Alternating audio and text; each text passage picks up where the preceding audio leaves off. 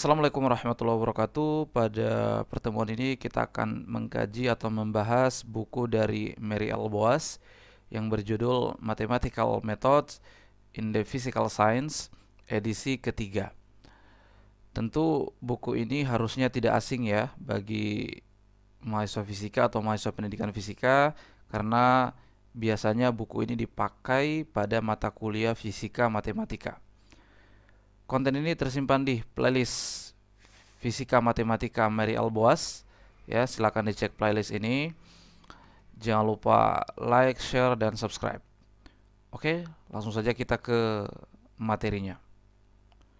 Oke, pada pertemuan ini kita akan membahas contoh-contoh di section kelima pada chapter kedua, ya, tentang aljabar kompleks.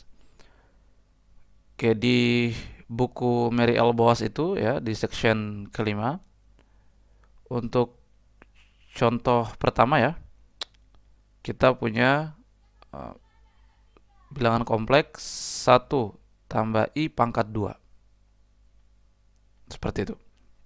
Nah, ini bisa kita jabarkan seperti aljabar biasa ya.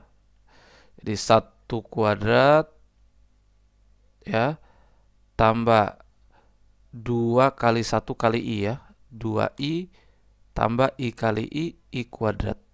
Oke. Kita tahu I itu adalah akar kuadrat dari negatif 1 ya. Maka kalau I kuadrat adalah akar negatif 1 kuadrat adalah negatif 1 ya.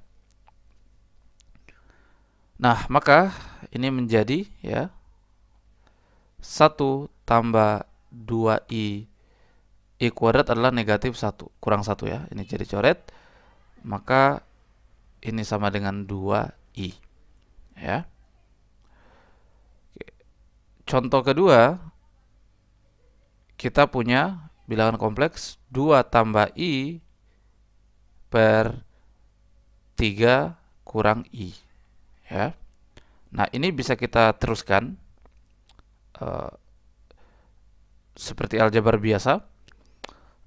Jadi 2 tambah I per 3 kurang I. Nah, ini kita bisa kali dengan dalam tanda kutip sekawannya ya, atau konjugatnya, konjugat dari penyebutnya. Konjugat dari penyebutnya. Konjugatnya itu adalah 3 tambah I per 3 tambah I. Jadi kita kali 3 tambah I per 3 tambah I. Konjugat dari penyebutnya. Penyebutnya kan 3 kurang I ya. Ini mirip seperti mengali dengan akar sekawan ya. Misalnya kita punya 2 per misalnya 3 kurang akar 3 misalnya. Nah, ini kita bisa kalikan dengan akar sekawan. Jadi 3 tambah begini ya. 3 tambah akar kuadrat dari 3. Jadi awalnya kurang jadi tambah. Jadi mirip seperti ini ya. Dari 3 tambah I per 3 tambah I juga. Oke, ini kita perkalikan seperti biasa. 2 kali 3, 6. Kemudian 2 kali I, 2I. 3 kali I, 3I. I kali I adalah I kuadrat. Nah, per 3 kali 3, 9. Ya, 3 kali I, 3I. Negatif I kali 3. 3I kurang 3I, kemudian kurang I kuadrat ya. Oke, ini sama dengan 6 tambah 5I, begitu ya. I kuadrat tadi, ini I kuadrat ya. I kuadrat tadi adalah negatif 1, jadi ini kurang 1. Per, ini coret 9. I kuadrat itu negatif 1. Kalau kurang I kuadrat jadi tambah ya. Jadi ini kurang negatif 1. Jadi tambah nantinya ya. Jadi ini sama dengan 5 tambah 5I per 10 ya. Atau 5 per 10 tambah 5I per 10.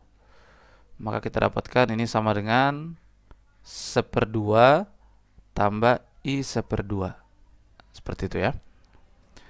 Oke. Atau kalau mau bentuk lainnya lagi ya bisa seperti ini. 1 tambah I. Nah, bisa juga ya. contoh ketiga. Nah, contoh ketiga ini bagaimana kita mau menggambarkan bidang kompleks dari contoh pertama. Ya. Oke, situ kan kita punya 1 tambah I kuadrat, 1 tambah I kuadrat, ternyata ini sama dengan 2I ya. Kuadrat sama dengan 2I. Nah, begini. Ya, ini kan ya, kalau kita lihat X, Y-nya di situ sangat jelas 1,1 ya. 1,1. Nah, maka tentu R-nya adalah akar 2 ya. Ini kalau kita gambarkan bidang kompleksnya nih. Waduh. Kalau kita gambarkan bidang kompleksnya,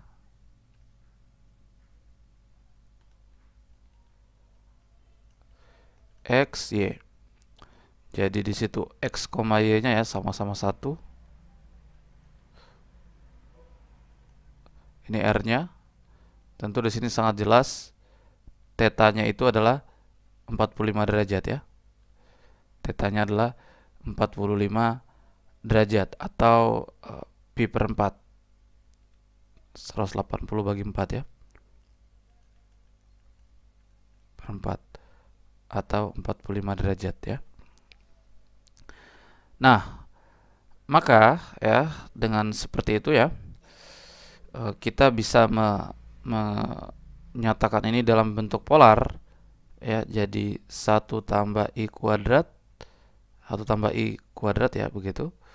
Ini kalau kita nyatakan dalam bentuk polar ya jadi akar 2 ya kan, dalam kurung cos pi per 4 tambah I sin pi per 4.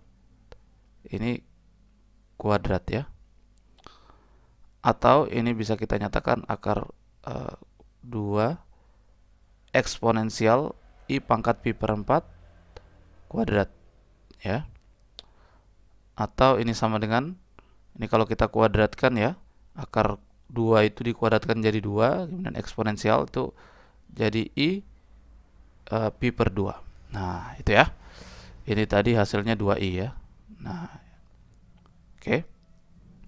Oke, sekarang kita coba lihat untuk hasilnya itu sendiri.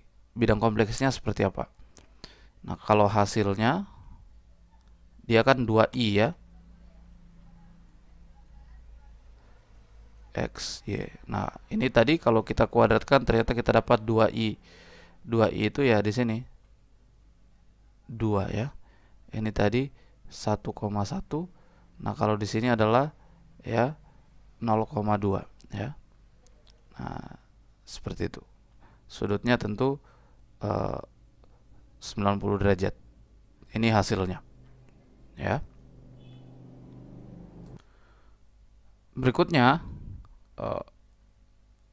contoh keempat ya. Contoh keempat.